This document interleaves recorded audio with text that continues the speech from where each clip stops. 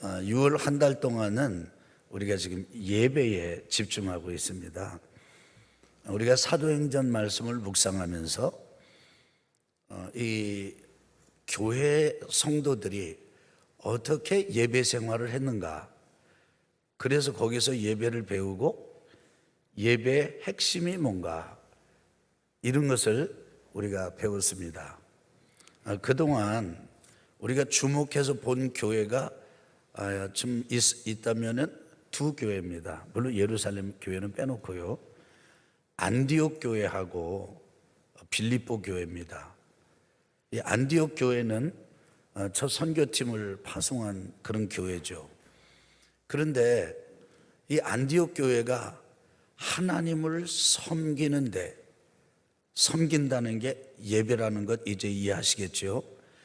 예배하는데 아주 열심히 있었습니다. 그런데 그 안디옥 교회의 예배 생활, 성도들의 이 신앙 생활에서 아주 중요한 게 있는데, 그것은 기도예요. 금식하며 기도하고 강청하며 기도했습니다. 그 안디옥 교회에서 선교팀이 파송받고 1차 다녀오고 또 2차 파송을 받아서 나가게 됩니다. 한 팀은 배 타고 가고 또 다른 팀은 육로로 올라갔습니다. 지금으로 치면 터키 지역에서 복음을 전하려고 하는데 하나님께서, 성령께서 막으세요. 그리고 환상을 통해서 그 바울 선교팀을 마게도냐로 부르십니다. 그 마게도냐 지경으로 들어가서 첫 번째 도시에 들어가서 교회를 세웠습니다. 그 교회가 빌립보 교회입니다. 한번 해봅시다. 안디옥 교회, 빌립보 교회. 이 빌립보 교회도 하나님을 섬기는 일에 열정적이었습니다. 하나님을 예배하는 일에 전부를, 신앙생활에 아주 전부로 삼았습니다.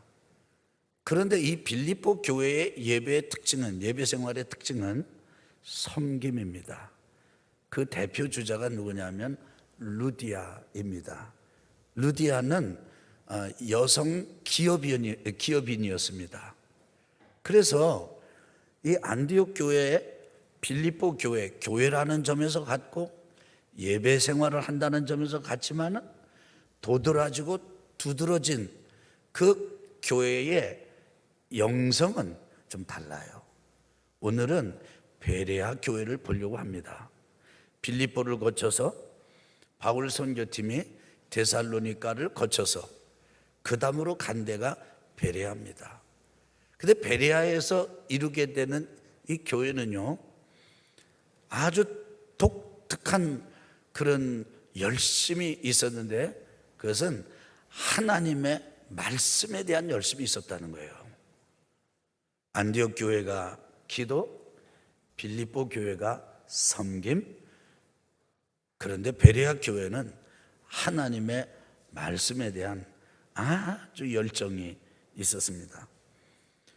그래서 예배의 핵심을 넘어서 예배에 생명이 있다라고 한다면 그것은 다름 아닌 이 베레아 교회가 가졌던 이런 말씀이다. 여러분과 제가 예배를 드립니다. 말씀을 놓치지 마시기를 예수님의 이름으로 축원합니다. 말씀을 받아들이는 데 있어서 방해가 있더라도 그 방해를 극복하고 떨치고, 다른 건 몰라도 말씀은 받으시기를 예수님의 이름으로 축원합니다. 베레아 교회로부터 여러분과 제가 예배 생활에 아주 생명과도 같은 하나님의 말씀을 어떻게 우리가 대해야 되는가, 그걸 배울 수가 있어요. 그래서 오늘은 한번 따라해 볼까요? 예배의 생명은 하나님의 말씀에 있습니다. 아멘. 그래요. 여러분과 제가 예배를 드리고 이제 돌아갑니다. 그리고 이렇게 모여서 공동으로 예배를 드리는 이것만 있는 게 아니죠. 신앙생활의 일상의 그래서 우리가 할 때 다른 것 잃어버리는 것도 엄청난 손해입니다. 그런데 진짜 생명을 잃어버리는 것과 같은 그런 무게로 봐야 할 것이 있습니다. 그것은 하나님의 말씀을 듣지 못하는 거예요. 하나님의 말씀을 잃어버리는 겁니다. 여러분, 오늘도 정신 바짝 차리고 오늘 이 베레아 교회 성도들에게서 이 하나님의 말씀을 어떻게 우리가 대해야 될지에 대해서 배우고 예배의 생명을 견고하게 세워가는 우리 성도님들 되시기를 바랍니다. 첫 번째로 이 베레아 교회는요, 어렵지 않아요. 지극히 당연한 말입니다. 아주 하나님의 말씀을 들을 때 아주 순수하게 받아들였습니다. 하나님의 말씀을 받아들일 때 당연한 거죠. 순수하게 받아들이는 거예요. 순전하게 받아들이는 것 말입니다. 이 순수하고 순전하게 말씀을 받아들인다, 이것에 대해서 이제 오늘 말씀은 뭐라고 설명을 하느냐면, 따라합시다. 더 너그러워서, 그러니까 너그럽게 받아들인다, 그런 뜻이에요. 오늘 우리가 하나님의 말씀을 이렇게 봉독하는 순서를 맡았다 생각하고 오늘 본문 사도행전 17장 11절의 말씀을 한 번 더 읽어봅시다. 베레아에 있는 사람들은 데살로니가에 있는 사람들보다 더 너그러워서 간절한 마음으로 말씀을 받고 이것이 그러한가 하여 날마다 성경을 상고함으로. 아멘. 베레아에 있는 사람들, 베레아에 있는 성도들입니다. 데살로니가에 있는 사람들, 데살로니가에 있는 성도들입니다. 그런데 베레아에 있는 사람들은요, 데살로니가에 있는 사람들하고 견주어 보면은 한 가지 아주 큰 차이점이 드러나는데, 그것은요, 더 너그러웠다는 거예요. 특별히 무엇을 대할 때, 사도들이 말씀을 전할 때, 전하는 말씀을 들을 때, 그 말씀을 대하는 태도가 아주 더 너그러웠다, 이렇게 말합니다. 개역성경은 이 대목을 더 신사적이었다, 이렇게 번역을 했습니다. 쉬운 성경은요, 더 고상했다, 이렇게 번역을 했고요. 공동 번역은 뭐라고 번역을 했냐면, 한번 따라합시다. 마음이 트였다. 아멘. 마음이 다치지 않았다는 거예요. 좁지 않았다는 겁니다. 그런데요, 상황을 보면 이 베레아 성도들이, 베레아에 있는 사람들이 처한 상황을 보면 이 마음이 트였다, 신사적이었다, 더 너그러웠다, 그리고 더 고상했다, 이것이요, 정말 대단했구나라는 사실을 알 수가 있습니다. 하나님의 말씀을 전하는 바울과 실라는요, 사람들로부터 유독 반대를 많이 받았습니다. 핍박을 많이 받았습니다. 박해를 많이 받았습니다. 빌립보에서도요, 쫓겨났어요. 도망치다시피 해서 데살로니가로 갔습니다. 데살로니가에 있는 사람들은요, 시기심에 사로잡혀가지고 바울과 실라를 거의 죽일 듯 덤벼들었습니다. 그러니까 하나님의 말씀을 실어 나르고 전달하고 선포하고 가르치는 이 사람들에 대한 당시 사람들의 태도가 아주 거칠었습니다. 그런데 그럼에도 불구하고 다른 사람은 그렇게 하고 시류가 그렇고 세상 사람들이 그렇게 대하고 있음에도 불구하고 베레아 사람들은요, 그들과는 달랐습니다. 마음이 트였고 고상했고 너그러웠고 신사적이었습니다. 사실 이것 때문에 이들이 어려움을 당할 수도 있었습니다. 왜냐하면 그 말씀을 전하는 바울과 실라 같은 사람이 지금 아주 대표적으로 어려움을 겪고 있잖아요. 자존심 상하는 정도가 아니에요. 기존의 기성관념, 개념을 파괴시키는 것 정도가 아닙니다. 이것 때문에 일상생활이 곤란해질 수도 있었던 처지였습니다. 그런데요, 이 사람들은요, 그럼에도 불구하고 그렇게 말씀을 순수하게 받아들였던 거예요. 저는 이것을 여러분과 제가 확실히 배워야 한다. 지금 정말 필요하다. 확실히 믿습니다. 여러분과 제가 하나님의 말씀을 받을 때 이렇게 순전하게 아주 오픈 마인드로, 열린 마음으로, 트인 마음으로 이렇게 받아들이게 되시기를 예수님의 이름으로 축원합니다. 두 번째로는요, 이 사람들은, 베레아에 있는 사람들은 하나님의 말씀에 대한 간절함이 있었어요. 여러분은 지금 무엇을 간절하게 바라시죠? 무엇을 원하십니까? 무엇에 대한 타는 갈망을 가지고 있습니까? 다른 사람한테 물어볼 필요도 없습니다. 여러분이 지금 여러분의 내면을 들여다볼 때 지금 가장 갈급한 것, 그것이 직장을 구하는 것일 수도 있고 새로운 비즈니스를 제대로 해보는 것일 수도 있고 그 다음에 또 어떤 문제를 해결하는 것일 수도 있고 있습니다.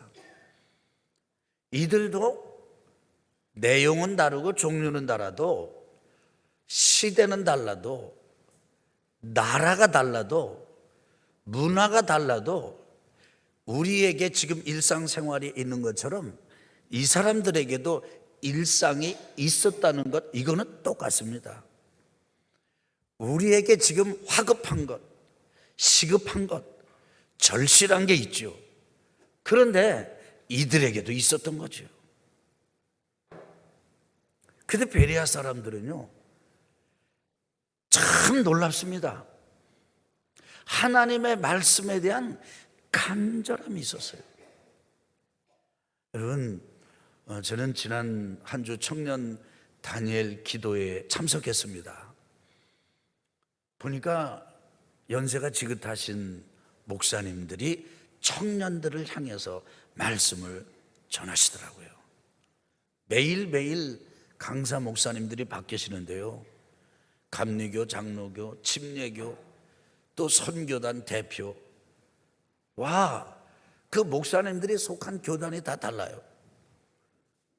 그런데 그분들이 자기들의 그 연배와는 전혀 이렇게 갖출 수 없는 차이가 나는 그런 청년들을 향해서 말씀을 전하는데, 어떤 목사님은 아주 설득적으로, 또 어떤 목사님은 아주 말씀을 풀어서 강해를 하시는데, 말씀을 듣는데 기가 막히다, 너무 놀랍다, 그렇게 말씀을 풀어서 가르쳐 주세요. 어떤 말씀은 어떤 목사님은 또 설명을 하고, 어떤 말씀은 구령의 열에 막 불이 붙어가지고 예수 그리스도의 십자가에 관한 부분을 전하면서 마무리 지을 때는 그 울먹이는 감격 때문에 말을 잇지 못할 만큼 이런 타는 구령열을 가지고 말씀을 전하시는 목사님이 계셨습니다.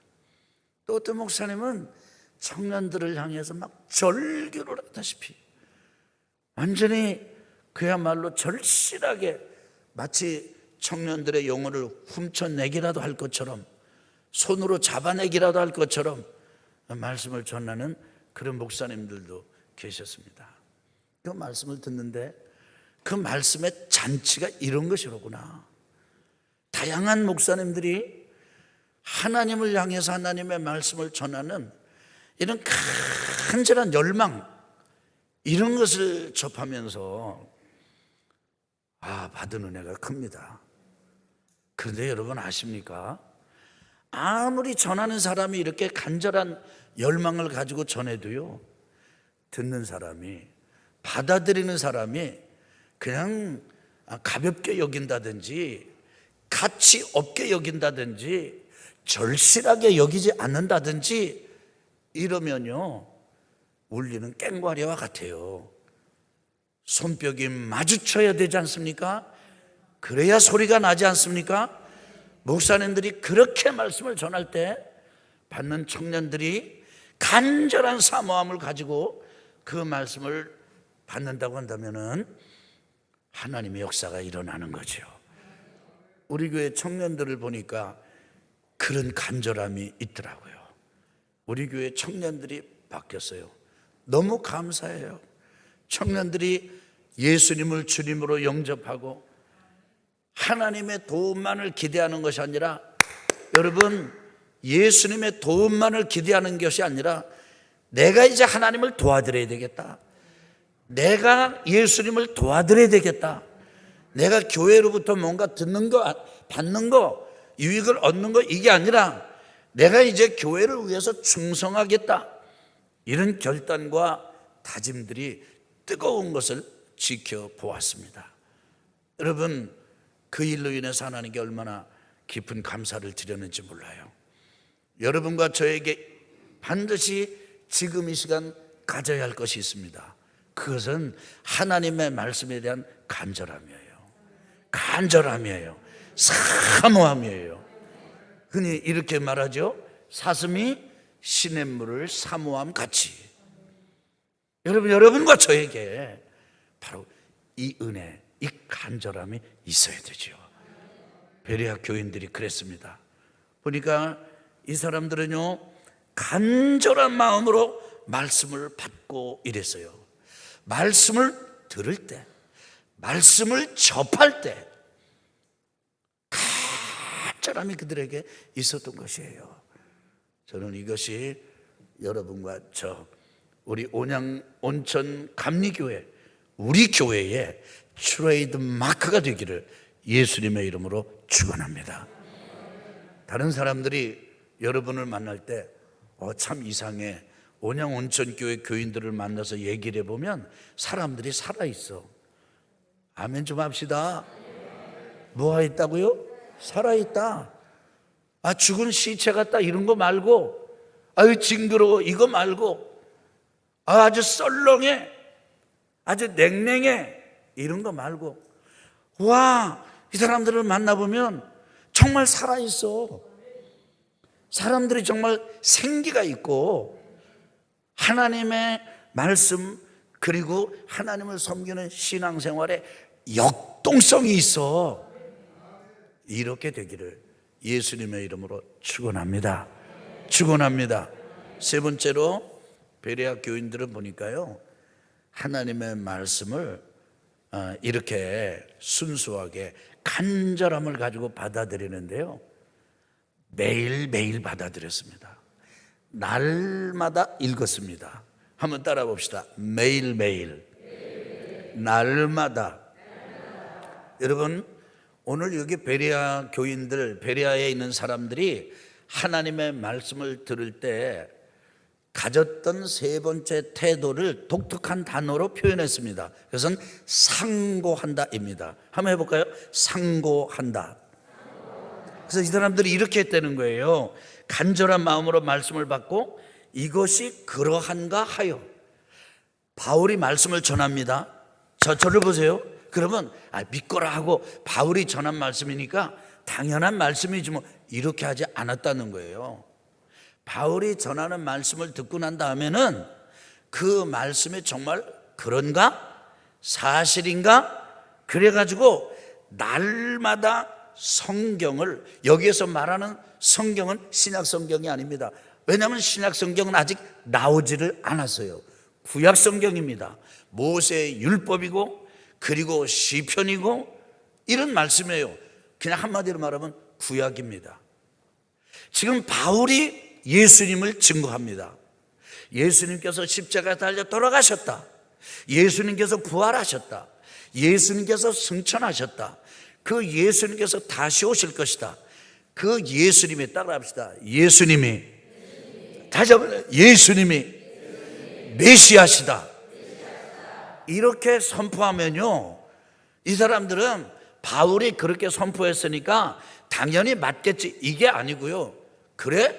그러면 어디 보자. 그리고 구약 성경을 살펴보면서 바울이 증거한 예수님이 정말 그렇게 메시아가 맞는가, 이렇게 했다는 거예요. 살펴봤다는 거예요. 그걸 상고라고 표현합니다. 이걸 또 다른 말로는 조사했다, 이렇게 설명할 수가 있습니다. 날마다 그냥 해치운 게 아니고 읽어버린 게 아니고 하나님의 말씀을 깊이 있게 들은 말씀, 기록된 말씀하고 대조해 가면서 진리를 구했다는 거예요. 찾았다는 거예요. 저는 우리 교회, 바로 여러분과 제가 적어도 이런 정도의 수준은 되어야 되지 않겠나 하는 마음을 가지고 있습니다. 여러분, 이 말이 어려운가요? 아닙니다.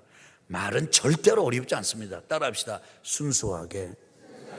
좀 세게 좀 해봅시다. 순수하게. 우리 마스크를 썼으니 이게 입을 여는지 안 했는지 나 모르겠지만, 그러나 소리가 나오는 것을 보면은 입을 열었는지 성대를 열었는지 알 수 있지 않겠어요? 따라합시다. 순수하게, 간절하게, 날마다. 이게 어려운 게 어디 있어요? 이것처럼 쉬운 게 어디 있어요? 그런데 베레아에 있는 사람들은 하나님의 말씀을 그렇게 대했다는 거예요. 여러분, 어렵다고 말씀하지 맙시다. 힘들다고 말하지 맙시다. 괴롭다고 말하지 맙시다. 모르겠다고 말하지 맙시다. 나는 통 모르겠다, 영 알 수가 없다, 이렇게 말하지 맙시다. 대신 순수하게, 간절하게, 날마다 매일매일 하나님의 말씀을 우리가 먹어봅시다. 그러면 여러분들도 말할 것입니다. 아, 이것이 하나님의 말씀이로구나. 아, 하나님의 말씀은 이런 것이로구나. 하나님의 말씀이 진짜 내 속에서 역사하시는구나. 스스로 놀라게 되실 것입니다. 그렇게 될 때 여러분은 인정하게 되실 거예요. 깨닫게 되실 거예요. 정말 하나님의 말씀이 내 신앙의 생명줄과 같은 것이로구나. 아멘. 아멘. 육신의 양식을 취하는 식탁에 앉은 사람이 하루, 이틀, 사흘, 한 달, 두 달 먹지 않고 버틴다면 그 사람의 육신의 생명은 확실히 끊어질 것입니다. 영적 생명은 어떻습니까? 육신의 생명이 식탁 위에 음식에서부터 온다면 영적 생명은 하나님의 말씀으로부터 오는 것 아니겠습니까? 어려울 때일수록, 힘들 때일수록, 여러분, 마치 나는 교인이 아닌 것처럼, 나는 교회 다니지 않는 사람처럼 이렇게 아주 냉소적으로, 아주 방관자의 자세로, 마치 자기는 전혀 해당 사항이 없는 것처럼, 오늘날 이러면 되겠어? 저러면 되겠어? 그거 믿지 않는 사람이 말한다면 그건 믿지 않는 사람이니까, 모르는 사람이니까 그렇다고 쳐요. 그런데 어떻게 우리가 그렇게 할 수가 있습니까? 왜 그렇게 되는 거죠? 하나님의 말씀이 없기 때문이에요. 그런데 순수하게, 간절하게, 매일 날마다 하나님의 말씀을 베레아 있는 사람들처럼, 교인들처럼 접하고 대한다고 한다면 여러분과 제게서 말씀의 강이 흘러날 것입니다. 이 세상을 뚫고 갈 하나님이 주시는 새 힘이 솟아날 것입니다. 나는 찾았다, 생명을 찾았다, 나는 이것으로 이 세상을 이긴다 외치고 선포할 수 있게 되실 것입니다. 이 말씀에 여러분 굳건하게 서시기를 예수님의 이름으로 축원합니다.